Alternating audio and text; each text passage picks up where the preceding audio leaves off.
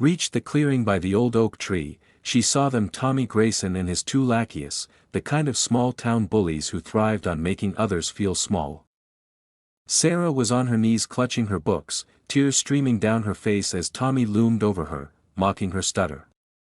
"Say it again, freak." Tommy sneered, kicking dirt at Sarah. "What's the matter? Cat got your tongue?" Ellie's blood turned to ice then fire.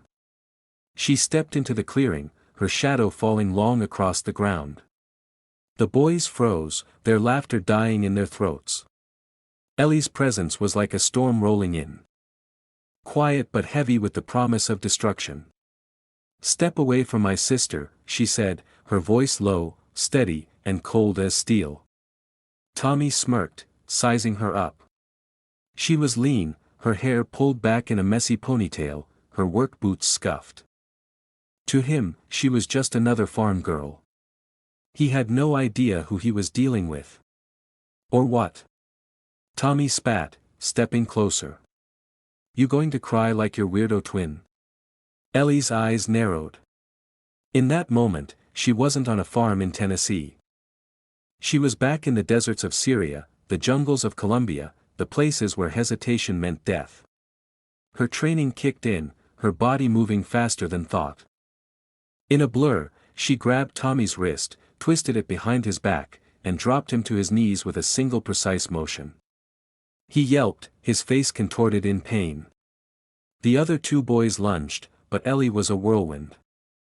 A side step, a sharp elbow to one's ribs, a knee to the other's gut.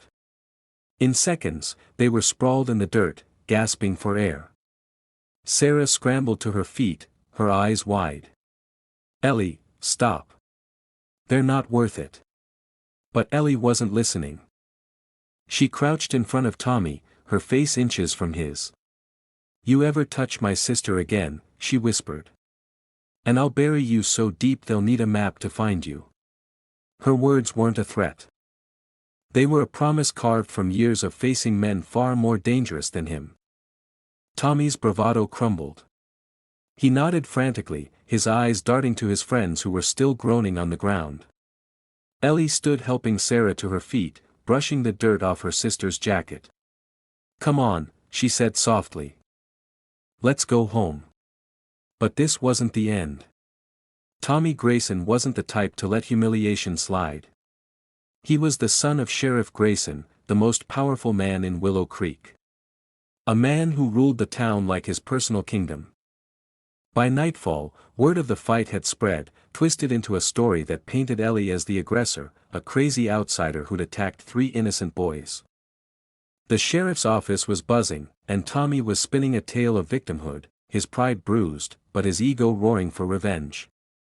At the Harper farm, Ellie sat at the kitchen table, her hands wrapped around a mug of coffee. Sarah sat across from her, her glasses taped together, her face pale. Their parents, weathered by years of hard work, exchanged worried glances. "Ellie," her father said, his voice gruff. "You can't go picking fights with the sheriff's boy. This ain't the army. This is home." Ellie's jaw tightened. They hurt Sarah. "Dad, I wasn't going to stand there and watch." Sarah reached for her hand. "I'm okay, Ellie." "Really? You don't have to." "Yes, I do." Ellie cut in, her voice fierce. "Nobody touches you. Nobody."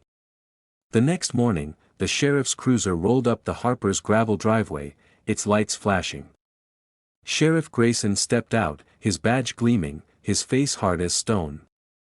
Behind him, Tommy smirked, his arm in a sling for dramatic effect. The sheriff didn't bother with pleasantries. "Ellie Harper," he said. "You're under arrest for assault." The room seemed to shrink. The air thick with tension. Sarah gasped. Her mother clutched her father's arm. But Ellie didn't flinch. She stood, her movements calm, deliberate. "You sure you want to do this, Sheriff?" she asked, her voice carrying a weight that made the man pause. Just for a second. But Sheriff Grayson wasn't used to being questioned. He cuffed her, reading her rights as he led her to the cruiser. The town watched from their porches, whispers spreading like wildfire. The Harper girl was in trouble now. No one crossed the Graysons and walked away clean. At the station, Ellie sat in a holding cell, her back straight, her eyes fixed on the wall. She wasn't afraid. She'd faced worse interrogations in foreign prisons. Firefights in the dead of night. This was nothing. But her mind wasn't on herself. It was on Sarah. On the fear in her sister's eyes, on the town that had turned its back on them. She knew Tommy wouldn't stop. Bullies never do. And Sheriff Grayson, he was just a bigger version of his son, hiding behind a badge. What Ellie didn't know was that Tommy had a plan. He'd heard the rumors about Ellie, the ones that said she was more than just a farm girl. He didn't believe them, but he was curious and vindictive. That night, he and his buddies broke into the Harper's barn, looking for anything to use against Ellie. They found her old duffel bag tucked in a corner, stuffed with gear she'd brought back from her last mission, a knife with a worn handle, a burner phone, a notebook filled with coded notes. Tommy's eyes gleamed. This was leverage. He didn't understand what he'd found, but he knew it was trouble. Meanwhile, Ellie's past was catching up. In a dimly lit office in Virginia, a man in a suit stared at a computer screen, his fingers tapping impatiently. Colonel James Rohr, Ellie's former handler in Delta Force, had just received a report Viper had surfaced in a small Tennessee town involved in a civilian altercation. Rohr cursed under his breath. Ellie was supposed to be off the grid, her identity buried. If the wrong people found out she was back, people she'd crossed in her missions, the consequences could be catastrophic.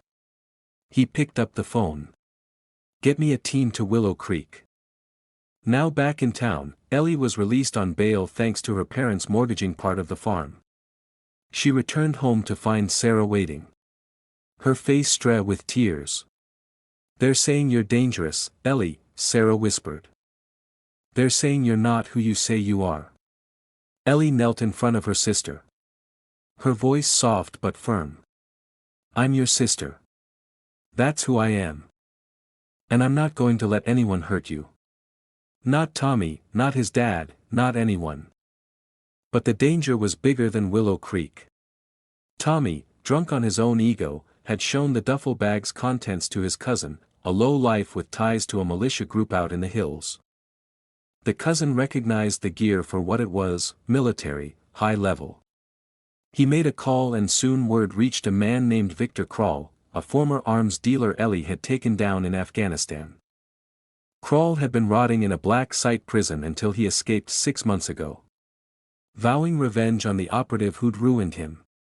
When he heard Viper was in Tennessee, he smiled. This was his chance. The next day, Willow Creek woke to chaos.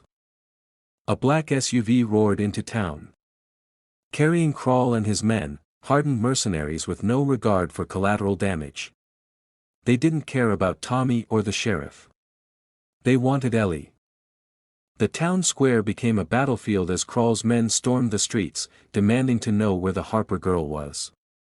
The townsfolk, caught off guard, pointed to the farm.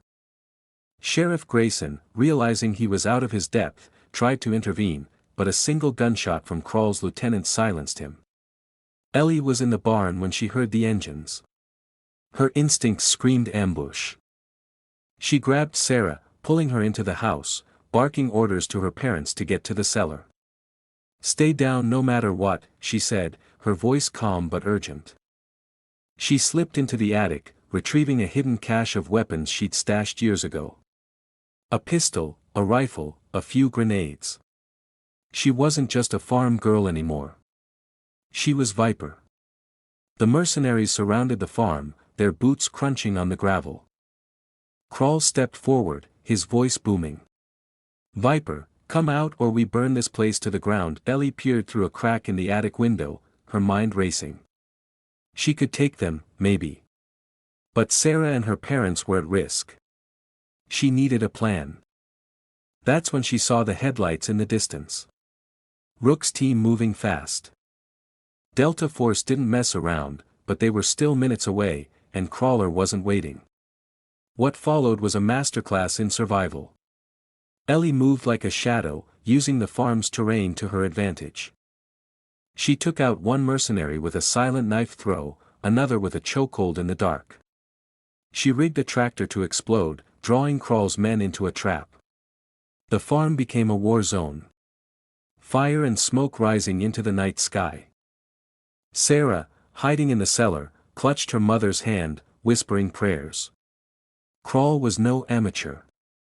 He'd faced Viper before and knew her tricks. He cornered her in the barn, his gun pressed to her temple. "You cost me everything," he growled. "Now you pay." Ellie's eyes flicked to the rafters where she'd rigged a rope earlier. "You talk too much," she said, and with a flick of her wrist, she triggered the trap. A beam swung down, knocking Crawl off balance. She dove for his gun, and in a brutal hand-to-hand fight, she took him down. Her training overriding her fear. By the time Roar's team arrived, the farm was quiet, the mercenaries dead or captured. Crawl was cuffed, his dreams of revenge shattered. Ellie stood in the wreckage, blood on her knuckles, her breath heavy.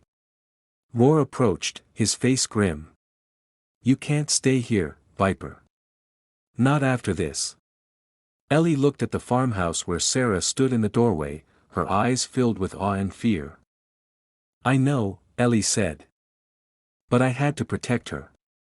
The town of Willow Creek was never the same. The Graysons' power crumbled, Tommy's lies exposed. The townsfolk whispered about the Harper girl who'd saved them, though no one knew the full truth. Ellie disappeared again, leaving behind a letter for Sarah. "You're stronger than you know. Live your life. I'll